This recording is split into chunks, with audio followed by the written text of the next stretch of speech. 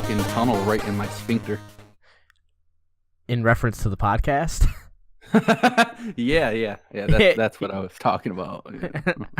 All right, well then, welcome everyone to the Co-Optimal Podcast. We're starting off real strong here today, I guess. So yeah, it's been a eventful week, I would say. How have you been, Juan? All right, I guess. I don't know. I'm so fucking nervous about Friday, and every time I think about it, man, it's like hard to breathe. Oh yeah, everyone that doesn't know, Friday is when Juan has his little mouth surgery that he's really worried about. 5 teeth. Five teeth all at once. I mean, I'm gonna be honest with you. It sounds great. It sounds so bad. It sounds like I want to be a part of that. No, you don't, dude. You might want to see me after because I'm probably gonna look like a fat face, stupid goober, but Like a chipmunk. yeah. I'm excited for the podcast. I hope that you like don't fully recover, so you have a little bit of like a lisp or something. No. Hey everybody, welcome to the podcast. And see, I've had like a couple people tell me that they're gonna give me like Vicodins, like strong medication for my mouth, and then I've had other people tell me they're gonna give me like Tylenol 3s, and I don't know. It all depends. They could do either or. It depends on like how bad they're expecting you to have pain. But you usually have either like Tylenol 3s or it's like you either get the really strong stuff or you get like the stuff that's all right. Depends on how much pain you're actually in. I think you're gonna be more fine than you think, but I think it's still gonna suck. Like they probably don't have to do like complete evasive surgery. They probably just have to do for it. I would assume like the minimal invasive where they have to like kind of cut into it to pull them out and stuff like that. But I don't think it's because if you don't have severe like teeth pain right now, then I think it's just like they're worried that it's gonna cause issues in the future, so that's why they're getting them out now. Yeah, probably. And you want to know what my next like medical issue is? Because I found out when I went to the dentist. What? I got a damn cyst in my nasal cavity. It's a nasal polyp. Well, first of all, stop snorting coke. Because that's how you get those. From putting shit in your nose you're not supposed to. I got to be ready for the podcast, Cody. It's from snorting all that asshole. You gotta. Yeah, I don't know. That's weird. Yeah, but basically, it's like it's not an issue. They're not cancerous or not or nothing like that. But it just feels like I got a damn booger in my nose all the time. Yeah. What the hell were you doing with your nose that you got a polyp, dude? I've broke it like 4 times, so I mean maybe that, but like with it resetting the flesh and stuff. I don't know. That's weird. Yeah, I don't know either. Don't put anything in there. Like I don't know. They said it's pretty big though. That's bad. Yeah. Definitely don't put things like I don't know, like Coke or like semen or like the normal stuff you put in there. You don't want any of that in there. It'll irritate it and make it worse. And basically, there's 3 solutions to it. Either I can have nasal spray it's a steroid nasal spray, but if I stop taking the nasal spray, they can come back relatively quick. Or I can have orally injected steroids, which I can only imagine are shots in the roof of my mouth. Yep. Or I can have another surgery. What are you gonna do? I'm gonna fucking leave it. You're just not gonna touch it at all? Nope. $705 to get teeth pulled. I can't imagine what I'm gonna have to pay to have somebody stick something up my damn nose. The spray might not be that bad. If you just get a spray that you use, you just gotta remember to do it. Yeah. I would look into that. That's the cheapest option, I would assume. Oh, you don't want the shots in your mouth? I mean, if it lasted longer, you get used to it, I would assume. Bad. I don't think I'd ever get used to shots in the roof of my mouth. I mean, you'd be surprised. So bad. People get used to shots in their arm for heroin. Heroin? Because the immediate relief afterwards is probably like so great. They're like, "Ow, this hurts. Oh, this feels great.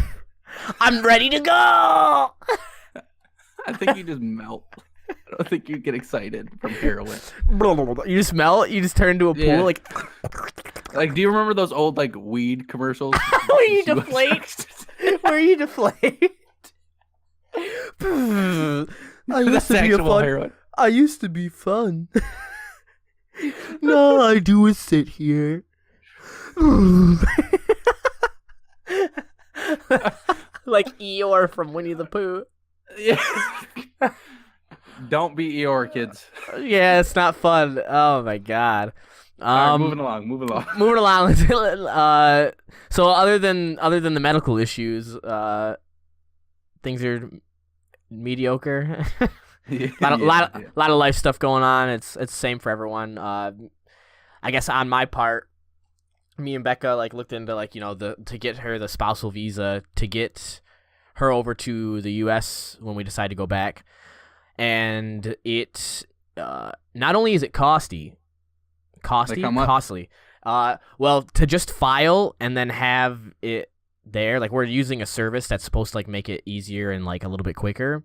But it's gonna be $1,200 just for that. Holy shit! And like it can cost more fees depending on stuff, and then she has to make sure she's up to date on all the shots that they want her to do before she comes there. And then we were looking at stuff, and apparently like if you, so like right now me and her are both unemployed, but like and you have to put your like. So it's very rigorous, and like it wants the last 5 years of where you've lived. You have to put it in. You cannot skip it. You have to put it in, or you can't go any further. In the last 5 years of where you've worked, and I can't remember the last 2 months of my life. What the hell? yeah, it's difficult to remember that, but so it also says that if you put unemployed, that you'll want to like write other stuff and like maybe send a letter to them, because apparently if they think that you don't like the sponsor that's living in the US doesn't have like enough income that they think that is acceptable to come in, like to like coming into them, then they won't approve the application because they don't think that they'll be able to afford to live there with them. So there's a chance that our stuff could get denied still after all of this. Oh, dude. Just because we are like currently unemployed and just trying to get the stuff figured out and go back there. Even though we plan on having jobs when we go back there, but Cody, I'll be a coyote for you. What the hell is that? I'll come over on a boat and I'll smuggle you to the United States. Do you know how to sail? I'll get a paddle boat. I'll be there in like never. I'll probably die. You just die on the ocean. You'll be shark food in a week. I'll get a message from you saying like, my boat sank. I'm on an island. My boat. I got 2% battery and 2 coconuts. What do I do? I'm clapping them together, trying to create an electrical current. Oh god. You're like, how do you get service? I'd be like, what island? I can find you. You come up on a paddle boat. We're both stuck there. A pedal boat. I'm saying paddle boat. Pedal boat. Like a little. I thought a paddle boat? A paddle boat makes more sense. A paddle boat. It's like all squeaking because the pedals are like all rusted from the long journey. Water. Just breaks when you I get there. You guys ready? Like, no. You guys, how many are there? No, you and you and your coconuts.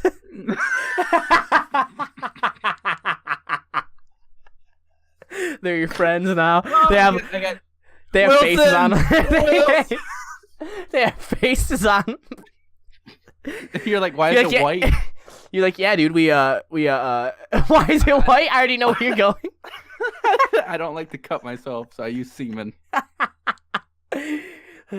You're like, yeah, we sit here, we're on the island, we play, like, we have video games and everything too. We've been playing Fortnite, and I just see like little sand castles and with buildings and stuff, and just rocks thrown around it, and oh, god damn it. Woo. Oh my god. All right. Well, a coyote is a person who smuggles Mexicans across the border. Oh, okay, yeah, that makes sense. Yeah, I mean, then people wonder why, like, after all the hassle you have to go through and the money that it costs, you wonder why people come here illegally, because or come to the U.S. illegally, because it's fucking impossible to come there. Like, if you're in a bad situation. Yeah. Because if you're unemployed, you don't go over. If you don't have money, you don't go over. If you like don't prove that there's a reason why you need to be over, you don't go over. Like, it's not as easy as people make it seem like it is to go over there legally. It's not to like stay there. God. But hopefully that all goes good. But yeah, hopefully. Other than that, and what's like, how long is the filing process and whatnot? Like the estimated time? So like it can be like pretty quick, but right now they're saying the estimates are like 6 months. Oh shit. Yeah. So like, but that's I'm assuming from places like that are more sketchy, I guess. Like certain Asian countries or stuff like that where they have a lot of mail order brides and stuff. Is that still a thing? Like, is that a thing? Yeah. It's like it's just like something a little different. Like, it's not necessarily exactly what you'd think, but yeah, they still have that. They still have like mail order brides, and that's why they have like such strong things to check it out. Also, I need to stop saying like. I like listen to the podcast and I say like way too much, so I'm gonna try and cut back, and I'm gonna have to think about it mentally to make it so my vocabulary doesn't sound so stupid. It's not. It's something that I do as well, except I don't say like, I say fuck. So it's sentence enhancer. Yeah, you fill in your words, you know. Okay. Do you watch SpongeBob? Yeah, they call it a sentence enhancer.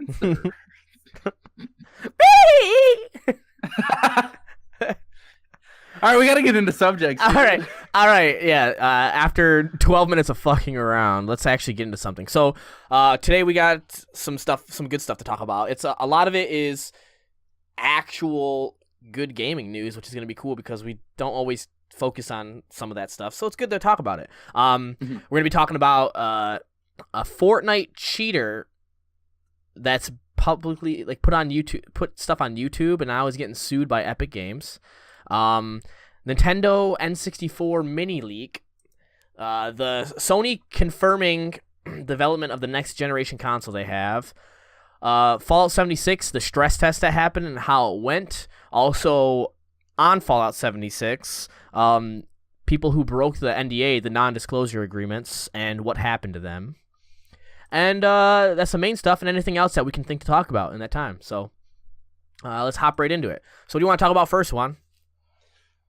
Completely up to you, man. If you don't have a preference, I'd like to talk about the PlayStation 5. That's cool. Yeah, well, let's go into it then.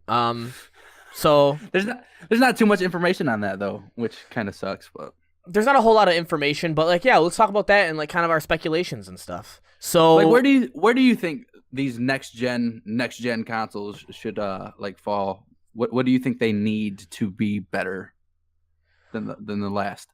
Well, for me, so the reason that this rumor it's like kind of like circulating is because like it's not even a rumor, I guess now. It was a rumor, but the CEO of Sony said at this point I can say that it's necessary to have a next gen hardware, and we're going to spend the next 3 years preparing for it. So they have another 3 years before they decide to make this next gen, which it makes sense. But we'll talk about that in a minute. But for me, what does it come down? And also, they said that he's not even sure it's going to be called the PS5. They're actually not looking towards that as a name. But for me, what it's going to take is it's going to take a lot to make next gen consoles even worth buying for multiple reasons.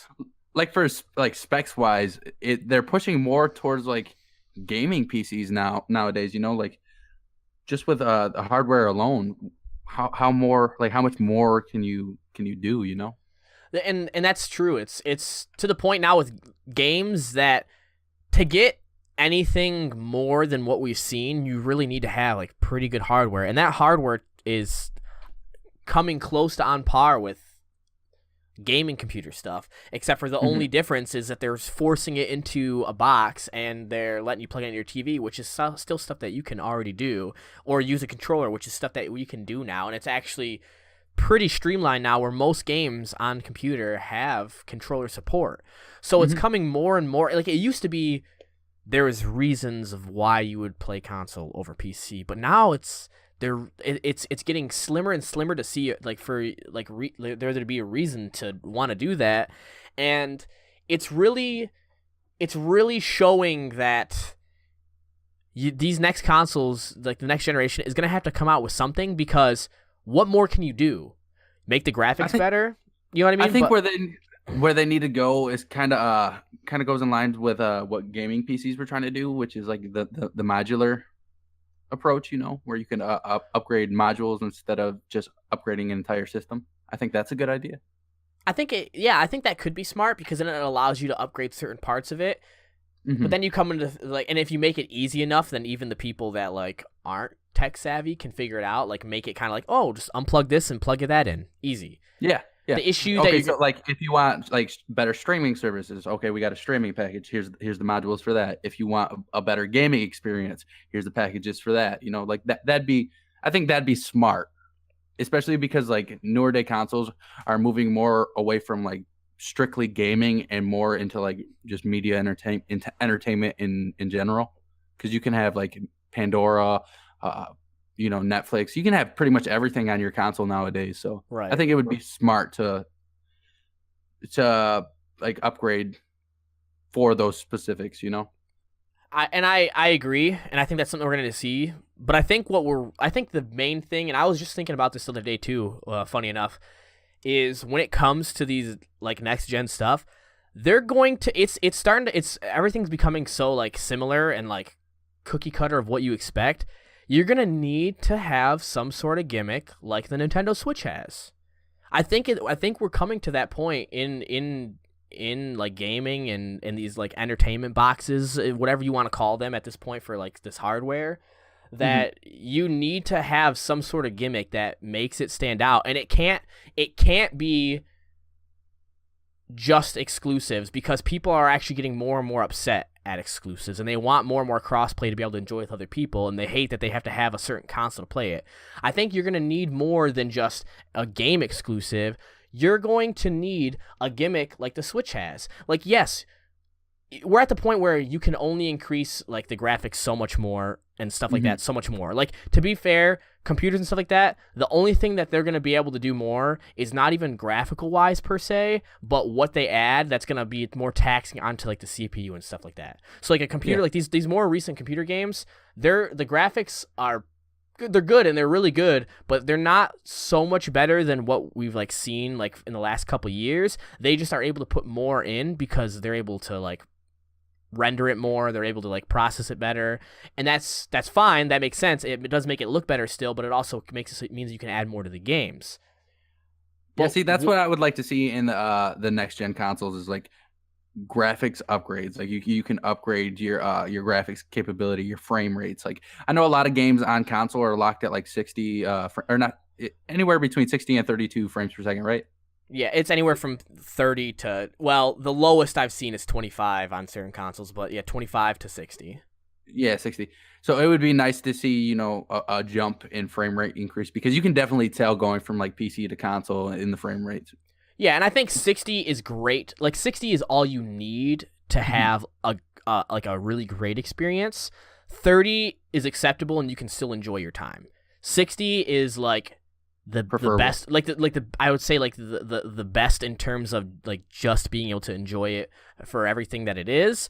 And then if you want to get that next step, because like most people, like, I mean, I think what is it, human eyes can only see up to like 120 frames a second anyways. Like they can like really see it out to that point, and from between 60 and 90 there's like a huge like decrease in what you can see past that, or like what it actually like how it affects you. So that I'm fine with them limited at 60, but even when they limit it at 60 though, they take certain things out. Like you can notice from like a difference between a PC or a Xbox and PlayStation version that like certain trees are taken out, or maybe certain things are colored a specific way, or certain things don't do the exact same sort of process. Or the render distance.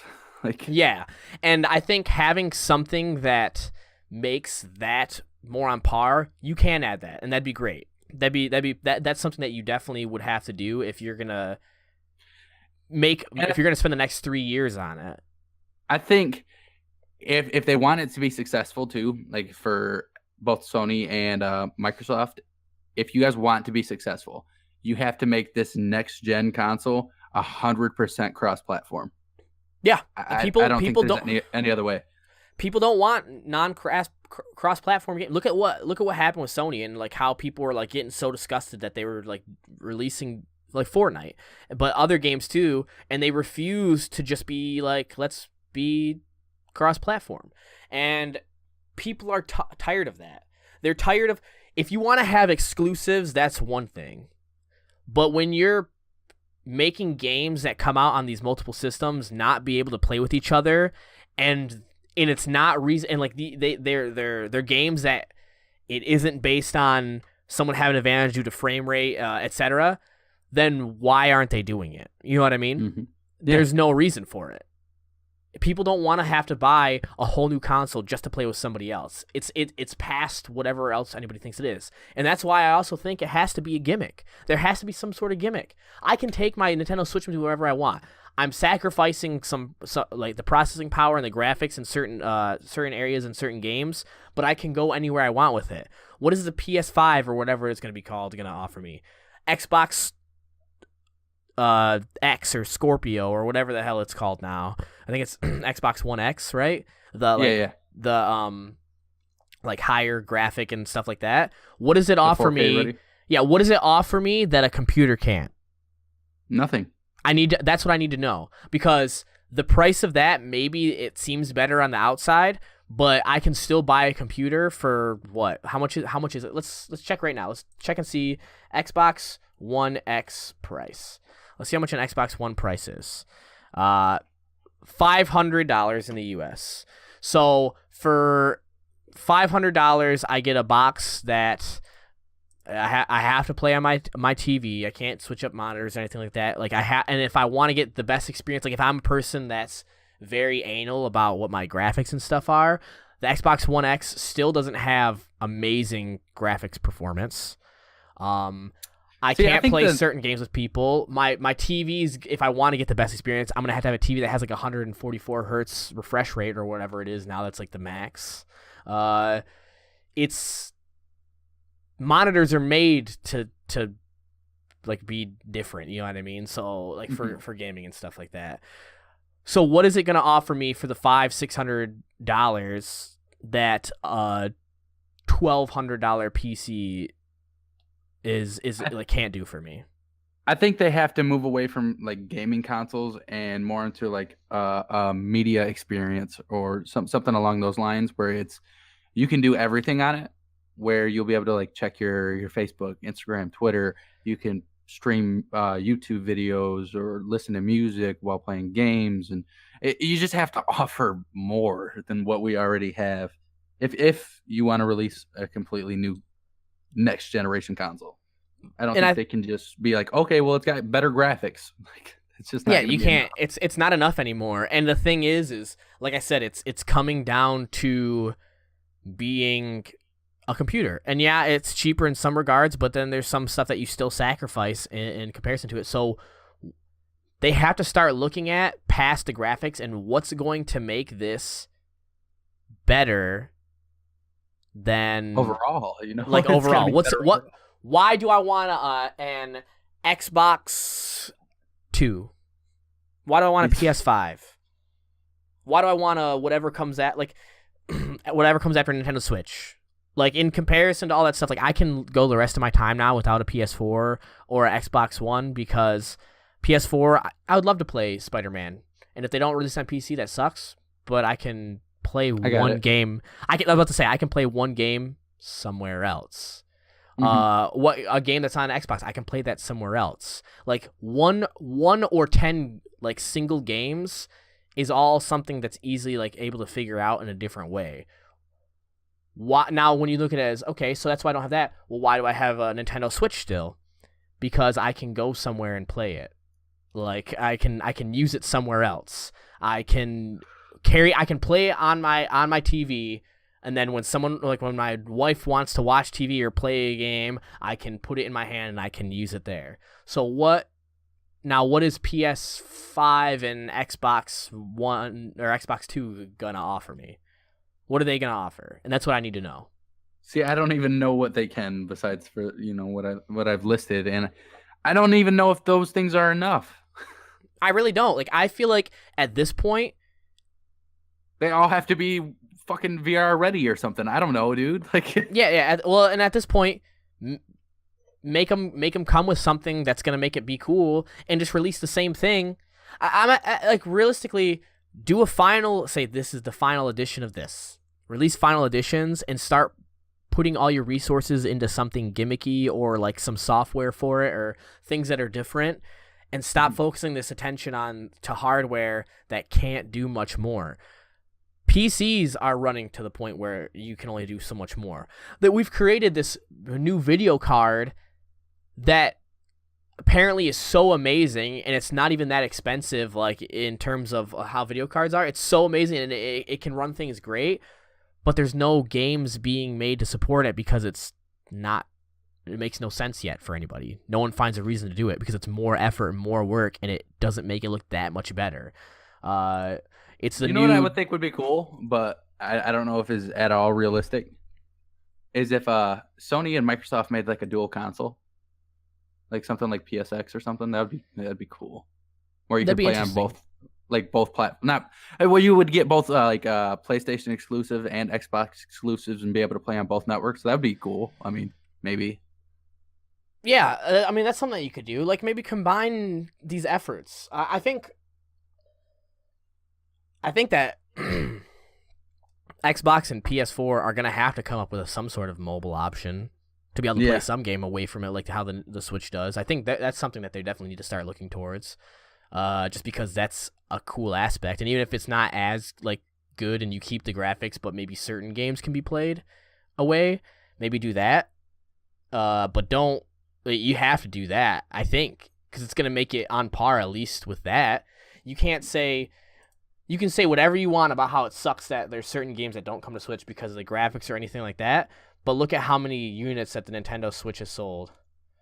Like, Nintendo Switches, let's see. In the last... It was released as of June 30th, 2018, and it was released March 3rd, 2017. It sold 20 million units. Wow. Just about 20 million units. Yeah, that's pretty good. Like, you can't say that people don't want that ability to be in that, and that it sucks, and that they don't want that ability to be able to use the portability. Like, it's something that people are looking forward to nowadays because people go and do other stuff. People go it'd be cool too if like you could have a console in your main living area that wirelessly streamed to different TVs throughout the house. That'd be cool too. That would be dope. Yeah, that'd be something interesting. Where you could just walk from one room to another room and just continue playing a game on a separate TV. Yeah, that'd be interesting. I'd like that. I think that'd be cool. That's something that they need. They need a gimmick. Yeah, something different, Something different, and like people can call it like I think gimmick makes it sound bad, but to be honest, you need a gimmicky thing that sounds interesting and can be interesting for people. People want interesting thing nowadays because everything's all the same. There are some people that are looking for the next thing that's different, and I think that's what we need. I guess a last bit in talks of this Sony confirming of the PS5. Or not the PS5, whatever it's called. That they're trying to make a new console. They said they want within the next 3 years. They want to prepare, like they're using that to prepare the next step. Do you think 3 years is a good time for them to start releasing stuff? When was the PS4 released? I think if it's going to be completely different, if it's going to be a complete overhaul and like the system is going to be completely better, 3 years is an acceptable amount of time. But if it's not, and it's just going to be something that's slightly better, that is a huge waste of time. That's what I want to know. The PlayStation 4 was released November 15th, 2013. So just about 2014. So it's been 4 years already, almost 5 coming up. I need to know if in 8 years from the release, and I'm not saying that something has to be released every 4 years. It really shouldn't. But if it's 8 years, that should be a significant improvement, right? I mean, am I right there? There should be a significant improvement of what you get. So Yeah. what can they do to make 8 years later worth you even doing anything, or just making something slightly better and just saying, like, this isn't the next gen, this is just what you're going to get that's best and its addition to it. I think that's like, you have those two options. You make something really crazy, awesome, good, or you update it as best you can something and then say, like, this is what's going to be next, because that's what, like, this is what we can do. I think that's it. But yeah, so I don't know. I guess we'll see. We'll see if we hear anything else in the next few months going on about development of next generation consoles. But cool. I guess on the topic of consoles, there was an actual leak about. It was a mini leak. It was a little mini leak. That's really good. So I guess on Twitter there was a user that said from a reputable source that they gave him, like, he had leaked images of Nintendo 64 Classic Mini, which if everyone knows the other mini, like, consoles, the classics, they're just like smaller versions of, like, older consoles like the Super Nintendo and the Nintendo that have games preloaded on them that you can play. So I guess on Twitter there was a leak of a picture of the Nintendo 64 that had the mini stuff to it, and it was supposed to be a leak of the mini classic for Nintendo 64. People are speculating right now. They're not really sure if it's 100% true because no one said anything. There's been rumors circulating about it for a while, but How do you feel? Are you more excited about the Nintendo 64 Mini or the PlayStation? So we did kind of briefly talk about PlayStation Mini before. I owned a Nintendo 64 growing up. So did I. I was a Nintendo 64 boy. You know what console I liked that nobody else liked? What? Dreamcast. Everybody, listen, Dreamcast was a very popular but just not sold well, sort of. It was like everyone that got one generally loved it, but it didn't sell well. It just wasn't the right time. There's a bunch of videos that you can watch on it that's like a really good history of why it didn't do well. But yeah, that's a great console. But Nintendo 64, I owned it. I played it growing up. I loved it. To be honest, if this is true, and I figured that they would do this, and I've heard people say, like, oh, it'd be dumb if they did it. No. If this is true, I would buy this, because there's going to be staples on it. Even if they only did like Nintendo exclusives, it would still be great. Diddy Kong. Well, that's rare. What, Super Smash Bros. What? Well, if it's preloaded on the console, that'd be cool. No, I mean it's Rare. Rare was the company that made, like, Diddy Kong, I think. It was on N64 though. Right, but I'm saying, like, they had to get licensing. Gotcha. From certain, like, I think they could do, like, Donkey Kong stuff, but I think Diddy Kong would be harder because I think that's Rare. I'm not sure. I don't know. You got Super Mario 64. You got, like, all kinds of stuff, dude. That would just be awesome to play. I never got to play like Legend of Zelda or whatnot. Oh, Ocarina of Time? Yeah, dude. I never got to play those games as a kid, so it'd be awesome. And it works so well because you could have, like, okay, so the PlayStation's gonna have 20 games, and the PlayStation games were bigger games. Like, they took up a lot of space. 20 games, okay. So if they could put 20 games on that, you could put 40 games on Nintendo 64. And they would all be great games. You have Super Smash Bros., Super Mario 64, Ocarina of Time, Majora's Mask. What else you have? GoldenEye. I think that's still Rare, but, like, if they were able to get the rights, I'm just saying, like, GoldenEye, Perfect Dark, Diddy Kong Racing, just so many games. Conker's Bad Fur Day would be dope. I know that's a Microsoft like property owned because Rare owns. I or never Microsoft played that either. but it is so good. Like, and I doubt they would put that on this console because they're gonna market it to kids. But I'm just saying, like, there's so many games that you could play. So many games. Like, let's see. Let's speculate right now and see what games, like the top games. Oh yeah, they did have a Doom on there. I don't think it was great. Donkey.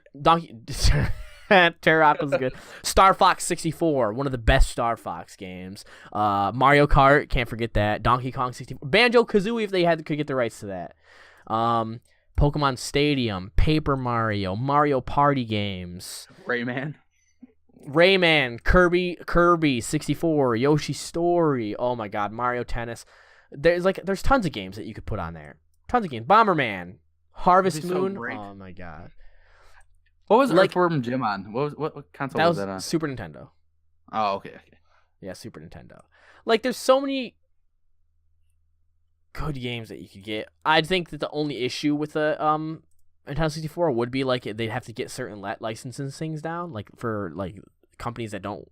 Because most of the best games on Nintendo 64 were created by companies that are kind of, like, owned by other entities. But I think if you could get it, it would...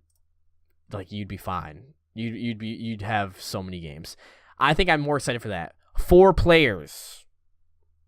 4-player games. Because there's 4 controller ports. I guess some people are saying that this image is potentially like a fake render. If it's a fake render, they did a really good job and put a lot of effort in for something pointless. Yeah. It looks really good. I don't know. We haven't had any confirmation on anything about it yet, but I think it'd be really good. If it was going to come up between a 64 and the PlayStation and I had to choose between one, I guess I'd have to see the list of games. I feel like it would be really cool if they sold you like a package with like N64 like cartridges. Like little mini cartridges that you could stick in? And like be able to like blow out like you used to, like the whole little, you know. Right. Based on looking at these pictures, if these are legit pictures, that is, it looks like the cartridge might just be like a white, like blanked over, so you can't stick anything in it. But it'd be so cool. It'd be so cool if they did that. But it would be so cost ineffective. Yeah. Oh, here's this. So someone right here, someone made a potential game list for the classic Nintendo 64. Like what could be on there? This snowboarding game that. Like, I remember playing, but it's not what I'd say the best. Obviously, have Barman, for some racing games they'd obviously put on there for the people that liked those. The Mario parties, like I said. Pokemon Snap would be cool. I don't know what the hell that is. Like, it's all the games that we mentioned. Like, even if you only did 20 games as well, like, you'd have some good games. But... I really like that they're doing this with the older consoles, like the retro consoles and whatnot. That's what I was gonna ask you. Do you think that do you think that this is worthwhile? Do you think these sort of mini consoles, like classic editions of consoles, are worthwhile? Why or why not? Oh yeah, because I think like trying to buy one of those older consoles nowadays is kind of hard to find, and they're relatively expensive, especially to find like older games. I found them at like flea markets and stuff for cheaper, but. It's definitely not the amount of money you want to spend on like an older console. So it's cool that they're making them more readily available because there's a huge amount of people who love those older games on those consoles. Like me, nostalgia. But then there's also people like you who, like, just in case people don't know, I think that we've mentioned this multiple times before. But, missed out on a childhood.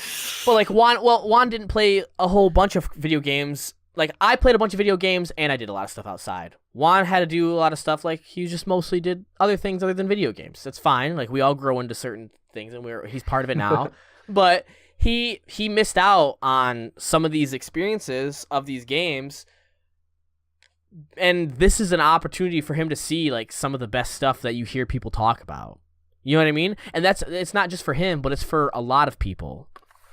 A lot of people there are kids that actually really like Nintendo 64 games or old Xbox games or old PlayStation games that really, really enjoy being able to go back and play these games. Or Super Nintendo games. I know kids that still play that. I used to play that all the time when I was young. Like, I remember how cool that was. Yeah, you have bigger, like better graphics nowadays. But kids See, aren't about the graphics as much as they are about like how much fun they're having while they're doing things. I mean, look at I these feel mobile like phone games. I feel like that's a big problem nowadays too. Is like growing up with like for us playing on those older consoles, it was easy to grasp the concepts of the games because you had like your up, down, left, right, and you had like two buttons. But Yeah, yeah, like yeah. Nowadays, it's hard as hell for like younger kids to play any kind of game because most games nowadays aren't tailored towards children or kids; they're tailored towards adults.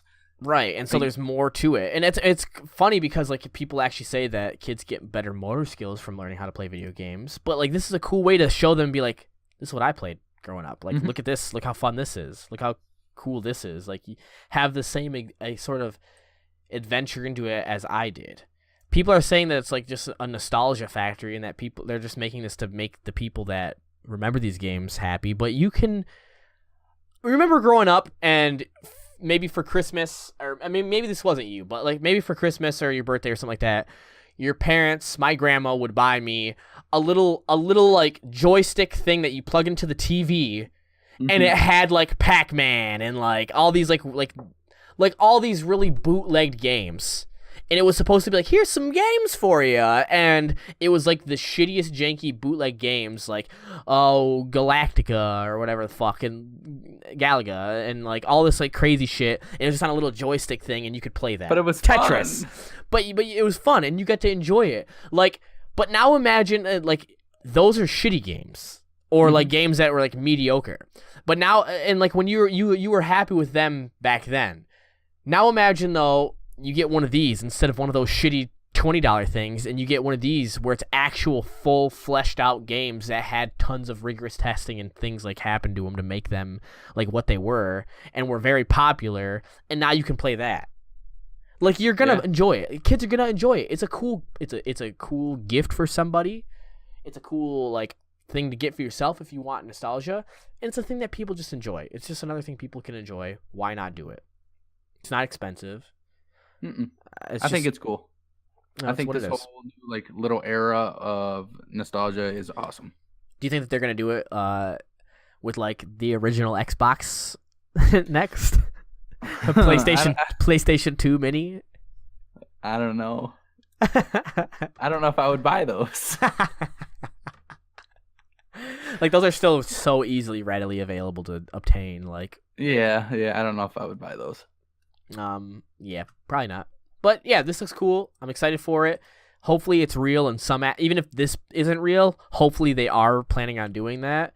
Because I would love to be able to play PlayStation, like a mini PlayStation and N64 games, get them for a decent price, be able to play all those games that you couldn't play back then anyways, and still enjoy them, that you always wanted to play. So, cool. I love that. Yeah. Dope. So. Do you want to talk about cheaters? Cheaters. Let's on this episode of Cheaters.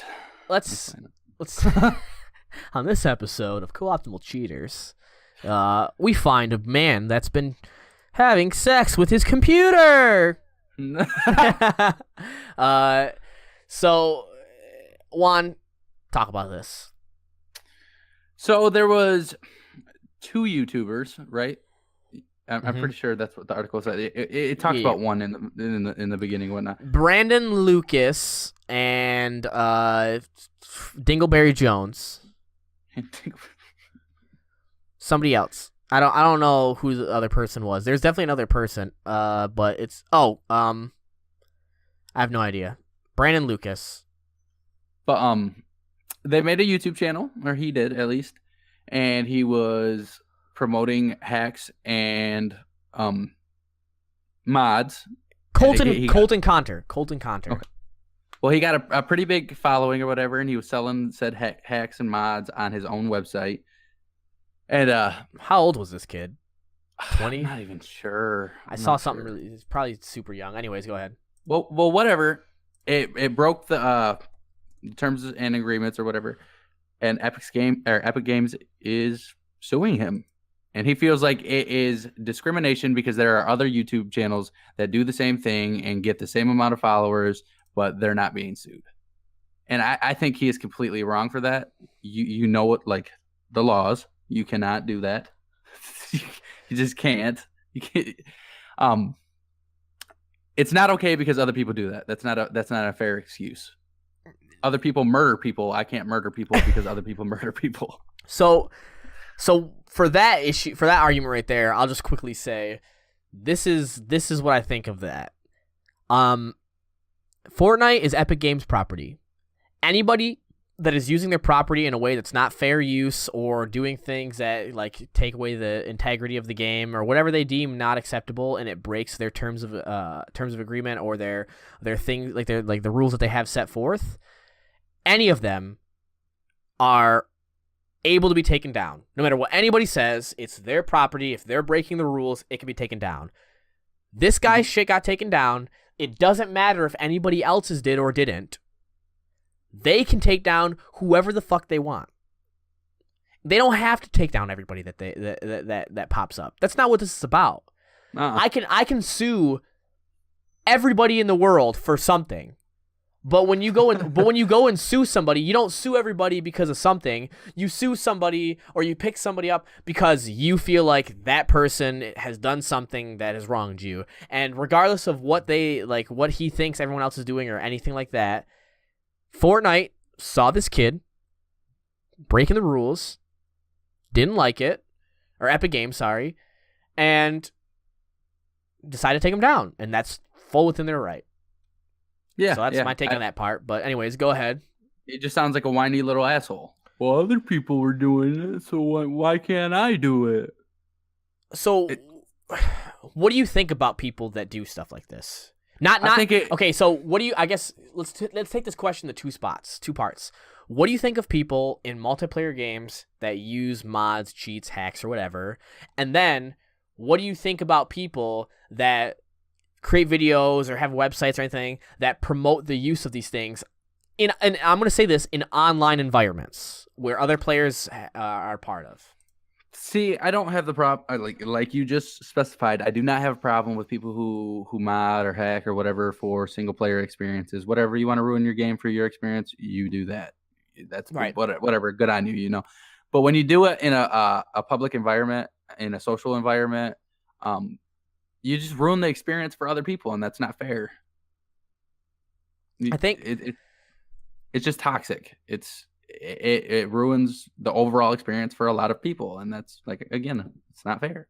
Like, look at this. In one of his latest YouTube videos, it's saying that he trolls default skins, so players who might be new to the game and have yet to change their appearance because they haven't unlocked anything yet. And he does that with his cheats. So what experience does that give those players when they're new to the game, they're trying to get into it, and then you have someone who just, like, one-shots you or glitches around you or anything like that? Mm-hmm. It ruins that experience for them, right? Right. Yeah. And then what does that mean for Epic Games? They lose out on players and income. Yeah, they lose out on players and potential business for, like, buying other stuff. Which I would be upset about, you know, that I feel like that's a good reason to sue somebody. It's not only that you're doing it and you're a single person who's ruined the experience for, like, you know, a few hundred people that you might encounter, whatever. You are selling and promoting exactly this behavior. Exactly. You're getting a bunch of other people. It's one thing when one person does it and it sucks and I hate it and I don't want anybody to do that. If I play a multiplayer game and someone cheats, I think they're assholes because they're ruining the experience of what the game is. You know what I mean? Mm-hmm. Of what it's supposed to be for everyone else in that online experience. But if you're doing that and you're helping other people be able to do that and ruin the experience more, and ruining this game, despite what anybody thinks, you're ruining the game. I don't care if it's more fun for these people that use it. There are people that don't like to use it and do that. There are just people that do that. And the game wasn't intended for that to happen. You're ruining the game. The thing is, this dude's, like, super like, shocked that he's being sued. But Epic Games had just sued somebody back in 2017 for the exact same thing. They sued a 14-year-old for the exact same thing. Yep, I saw that too. He took him to court, and his mom was all upset, but he did the exact same thing they just because they don't go through and try to get everybody. For one, maybe they can't. There's a lot of people that do this shit. For two, maybe they're not seeing it as threatening yet. But if they set an example, you know, they're like, okay, we're not going to tolerate this, then maybe people will be less likely to do it. So I can see why they are doing what they're doing. Yeah, and like, look at here. So this is what he said. He said, I'm confused because there's about 1,000 other content creators on YouTube that make Fortnite content. Okay, that makes sense. People are allowed to make Fortnite content. Fortnite never said people can't make content about it. So, okay, I get what you're saying, but that doesn't matter. He said in the video, adding that others used hacks without repercussions. So right there, what he's saying is that others used hacks without repercussions. Okay, well, if he's complaining about how they singled him out, how many of them have 1.7 million subscribers and they are selling those hacks, promoting those hacks, showing those hacks on screen? Like, yes, there may be people that use hacks, and maybe some of them do say that they use them. The ones that say that they use them, though, how big are they? Are they causing? Exactly. Do they think they're causing a significant issue to the, like? Some people, like, maybe Fortnite's like they're like, our Epic Games is trying to take down these people, and they don't want to have to go and sue everybody or ruin, like, take away all their content immediately. Maybe what they want to do is like figure out how they can prevent it from cheating, and then they'll go from there. And then they're like thinking it's not big enough. We're not gonna focus our time on somebody that's not really doing anything serious, like putting enough out. But when you have 1.7 million subscribers that show you play these hacked versions of Fortnite, and or modified or whatever, and selling those cheats and promoting them, that you're making money off of as well. Like, he makes money. Like, maybe he sells some of those, and then also he potentially gets money from other places that are different types of cheats that sell, that he doesn't like sell himself specifically, that they give him money to talk about these things to 1.7 million people. Ad revenue from that, or like sponsorships. Like, the whole time, you know, like, this is not okay. There's legality issues in what you are doing. You cannot be surprised when something actually happens. His name's like, Golden Mods. Like, his business, his YouTube career was built on this sort of shitty practice. So it has full right to be taken down, and he's a piece of shit. It's like walking into a convenience store with a gun, like, give me all your money. And then the cop shows up and you're like, well, I didn't shoot him. But you're still breaking the fucking law. No, it's worse. It's like you're a person that walks in the store, and you start holding up the store, and you walk into the store and you say, I'm a robber. And then you hold a gun to the person and you say, give me your money. And then the cops come up, and then and you're like, what are you doing? Other stores are being robbed right now. Yeah. Why aren't you taking care of them? Why are you doing this to me? Tons of robbers get away with stealing stuff all the time. Stupid. It's such a bastard way of thinking. You're stupid. He's dumb with what he was doing, and he's dumb with his like logic and thinking, and he's upset because his business, in quotes, that he had built is being ruined, and it deserves to be. And I hope they sue him for all the money that he's made on this. You're a goddamn video game drug dealer. Like, yeah, like take away all of his money for this. I don't want him to have any bit of money. Any of the stuff that he's made money on, take enough money where, like, you don't have to completely like ruin his life, but take away anything that he's earned from this and put him to where he should be before he had the ability to do this. That's where you can go. That's where you can put yourself. Because I guaranteed he started off selling shit like hacks and doing stuff like that, and people started getting attracted to that. And then he used the money they made for that to make himself more popular by promoting his shit with that sort of stuff. And he just created himself a little empire on being a piece of shit. So fuck yourself for ruining this online experience for everyone else. Completely agree with you. Dingleberries, all of them. Fuck them. Fuck them. So, on to the final topic. One of my favorite things to talk about, Fallout 76. Dude, you are so in love with this game. I I would die to be able to play this game right now. Like, I would die tomorrow if I could play a game right now and know that I can play the game. Just enjoy it for what it was. I got my buddy Corey to buy it. What do I gotta do? You gotta get cancer. Jesus you gotta get Christ, cancer. Juan. No. I'm upset because people that had cancer got to play the game. Oh. I'm not. Kind of people. I'm ending my sarcasm. I swear. That was sarcasm, guys. But yeah, so Fallout 76. So they recently had a stress test on the Xbox platform, of course, because this is being promoted first on Xbox because Microsoft is a piece of shit that has a deal with Bethesda. Fuck you. So they had a stress test where for 4 hours, people got to play the game and try to break it as much as possible and test out the servers and do that stuff. Okay, so for me, I wasn't 100% sure what a stress test was. I thought it was like a capacity kind of thing to see how many people were going to be able to fill on servers and whatnot. Is that not what it was? So the point of what they were doing was to get as many people on and test to see how it was having a bunch of people log on at the same time for the servers. So they were testing the servers first. Then they were taking with the people that were playing, because obviously they're playing the game, they're testing to see how the servers ran with these people playing and to see if they could find any like bugs ahead of time. Obviously, because they want to know about the bugs. That's the whole point of what the beta is going to be, is people trying to break the game. So like, okay, servers are running, then take your time to figure out how, like, what you can break. So that's what this whole thing was, a stress test. 4 hours of testing the servers. With an NDA, right? Yes. So there was an NDA on it where you couldn't take pictures, you couldn't take like video, couldn't stream it, couldn't do any of that stuff. If you did, you could face repercussion and people just, which is weird to do a stress test if there's going to be an NDA, but it's kind of makes sense because they're being very protective of this stuff, and the NDA is going to be lifted soon, but they want to have this stuff before they have the major things finalized. Still under wraps, not because they're trying to hide the quality of the game, I think, which we'll talk about in a minute, but because they want the experience to be fresh for the people that go into it, because there's still like beginning gameplay that they want people to be able to enjoy themselves instead of watching people. And once the game's officially out, they obviously can't control that. People can do whatever they want and watch whatever they want and do whatever.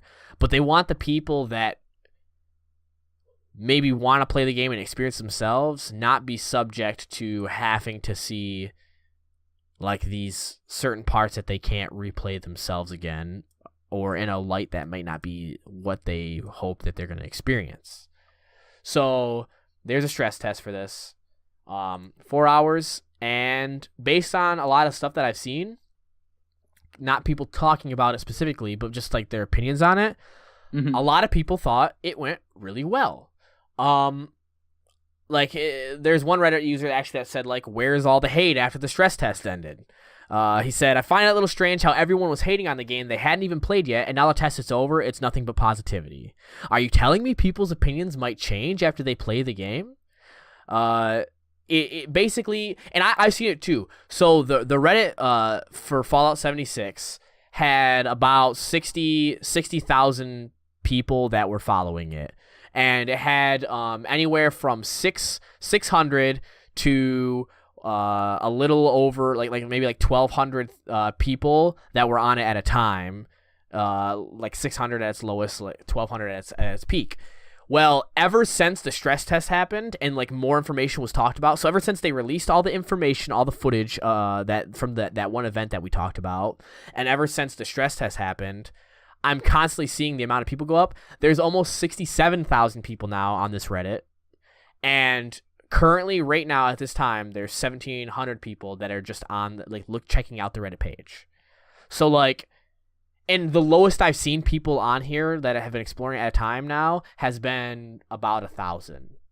So, it's getting positive feedback from it, and that's cool. And the reason why I wanted to mention this was, I agree with this guy. Is I think it's funny that there are people that are now turning all around with what they were saying now that they've gotten footage and they've gotten this gameplay. And I'm not saying that your opinions don't change when you see more of it, but I think it's funny seeing these people that were being vitriolic and had nothing but negative things to say. And now they're saying like, oh, okay, I'm kind of checking out this game now. I'm kind of checking it out a little bit. And it's like, but you were hating for no reason. What's your opinion on strictly hating something? I guess you had the same thought process about enjoying stuff without having a full thing on it, but what about when people just hate on something for no reason without having any idea of how it's going to be? I don't know. I don't know why you would. Like, you just, that's such a closed-minded way of thinking, you know? You haven't given anything the opportunity or chance to be good. How could you just hate it? Yeah, I agree. But yeah, in terms of that aspect, I think it's dumb, but I think it's cool now that there's more and more people turn around on it as more stuff's being shown. And I think what do you think about the people who broke the NDA? So yeah, that's all I'm about to get in. In 7 to 8 days, when the game's beta is released for Xbox, I think we're gonna see even more positivity. But there are people who, so that's as what I was saying. There are people that broke the NDA. So what that means is there are people that were trying to stream it on Twitch, and they were getting their stuff constantly taken down as it was happening. And there are people who, so there's one guy specifically, and I'll tell a story about it. There's one guy specifically that recorded like 1 minute and 30 seconds of some footage, and uploaded that to YouTube or Facebook or Twitter or all of the above, something like that, and got he put that up somewhere publicly, and then Bethesda just lost that shit because you like they lost their shit. You when you accept this NDA, for those who don't read it, like you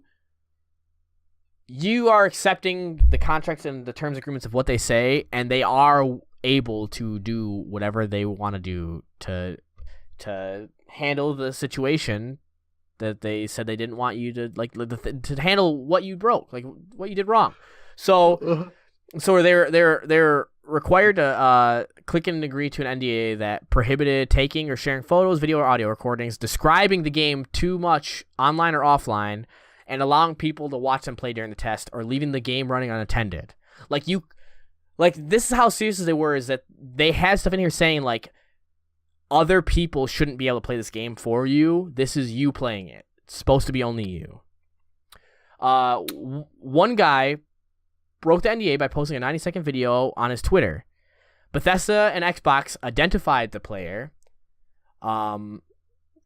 because he tried to on the video, he clicked the username of another person, and it displayed his username. So he's also stupid. Shit. But the person who did this, his Twitter and Xbox accounts were immediately taken down. Mm-hmm. He received an email from Bethesda saying that he was banned from the stress test and the beta until October 25th. How can they control that, though? Like, how can they actually regulate that? Because if you just, I mean, I guess I could IP ban you, but then you just switch internet providers, right? Well, I mean, if you can really switch want it, to. but they banned his account that his game's connected to. Yeah. So whatever, the game's not even in beta. I just make a new account. I still play the game. Your beta and stress test and your game key is connected to that. You can buy a whole new game, yes. That's what I'm saying. Like, if you really wanted to. If you really want to, yes, you could buy a whole new game. Well, this is what this guy said. Apparently, the offenders Xbox Gold, Game Pass, and Xbox Insider accounts were all suspended until January 1st. So, damn. So the guy couldn't use his online, his Game Pass stuff, and his Xbox Insider accounts until January 1st. So he couldn't play, because you require, for Fallout 76, you need a gold subscription, and you need to have Xbox Insider. You need to be subscribed to that for them to accept you for the stress test. So He'd have to make all 3 new of those. That sucks. According to him, the way that they did it too is how they banned it. Is it banned? It like worked on a certain section of his Xbox. So like he's like, according to what he was thinking, he probably would have to buy a whole new Xbox because they locked that game out. You know what I mean? Because of how them being able to access his Xbox Gold and everything like that. I mean that sucks, but like when you agree to specific terms that are legally binding, and then you decide to break those terms, you have to be ready for whatever comes next. Yeah, exactly. And so the funny thing is that if he wants to play Fallout 76, if it's actually connected to his gold account and like if it's actually I don't know if it's actually connected to their account. If it is, he can't play it until January 1st now because he decided to post a 1:30-second video by breaking an NDA that he didn't need to do. I just especially by uploading question. Was it worth it? Exactly. This is the point. It's one thing to send something to somebody else.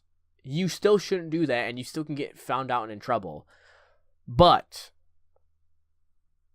to actually go out and post it to your Twitter, and then you lost everything. You lost it all, and now you can't enjoy the game without buying a whole new, well, even if you don't have to buy an Xbox, a whole new, like, online gold membership. You have to buy a whole new one, make a whole new account if you want to play it. Shouldn't be shitty, dude.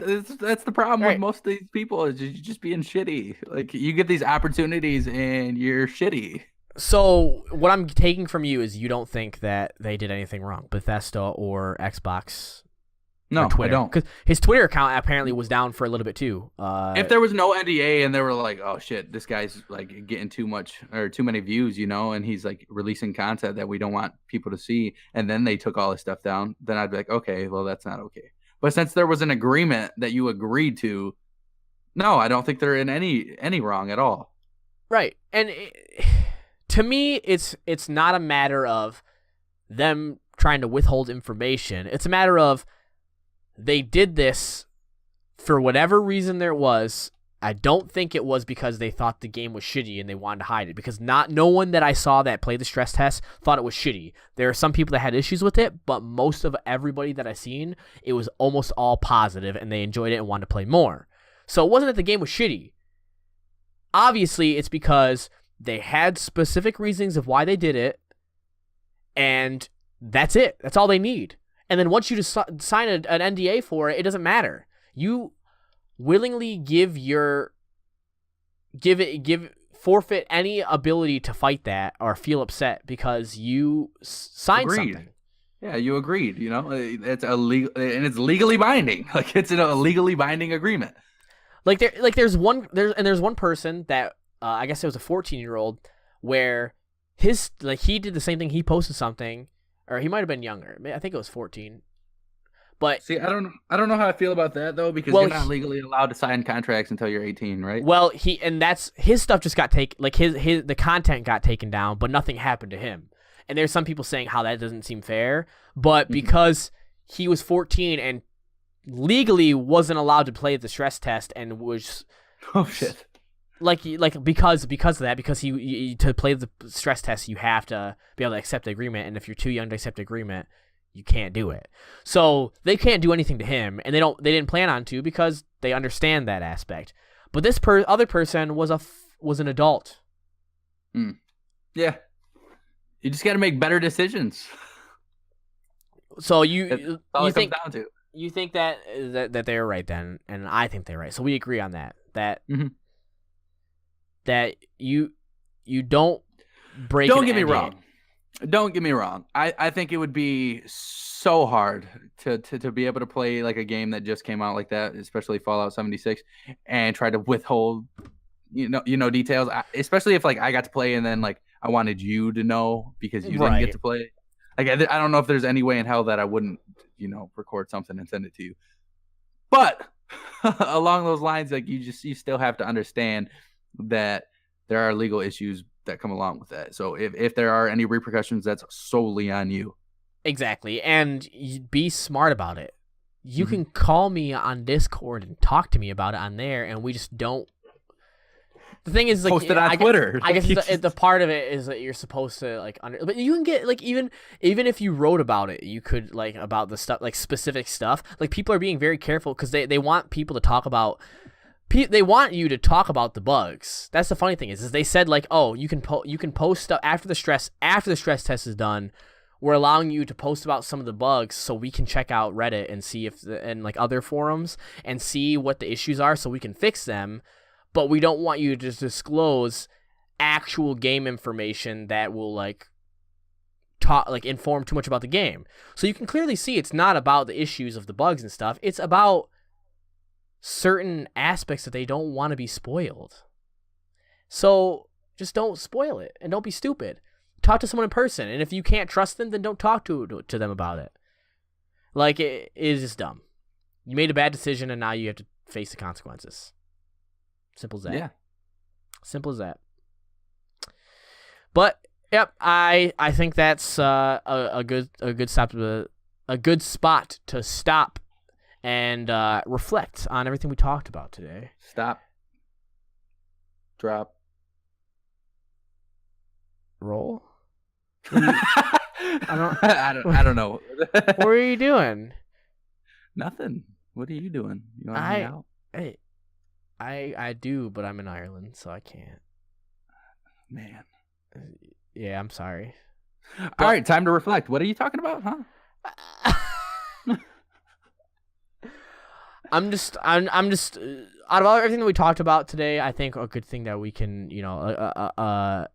one thing that we can definitely agree on is that people are stupid and I hate you. Why are you laughing? Because you said like 4 us in a row. Well, say what you're gonna say to everybody, Juan. We all know it's coming. I love you guys. I love you too, everybody, and I want you to know, if we start getting some comments and stuff, some more like people talking on this stuff, we would love to talk about your guys' comments and maybe ask some questions that you guys have. That'd be a really cool thing. Talk to us. Okay, on a serious note, I would love to be able to answer some of you guys' questions that you have, like kind of have discussions with you guys. I think it'd be really cool for us to maybe talk about a topic that you guys would like to see here on the Co-Optimal podcast. So if that's something you guys would be interested in, hit us up. Let us know. Thanks for watching. You're not watching it. Well, you might be on YouTube. You're listening to it mostly, though. Bye.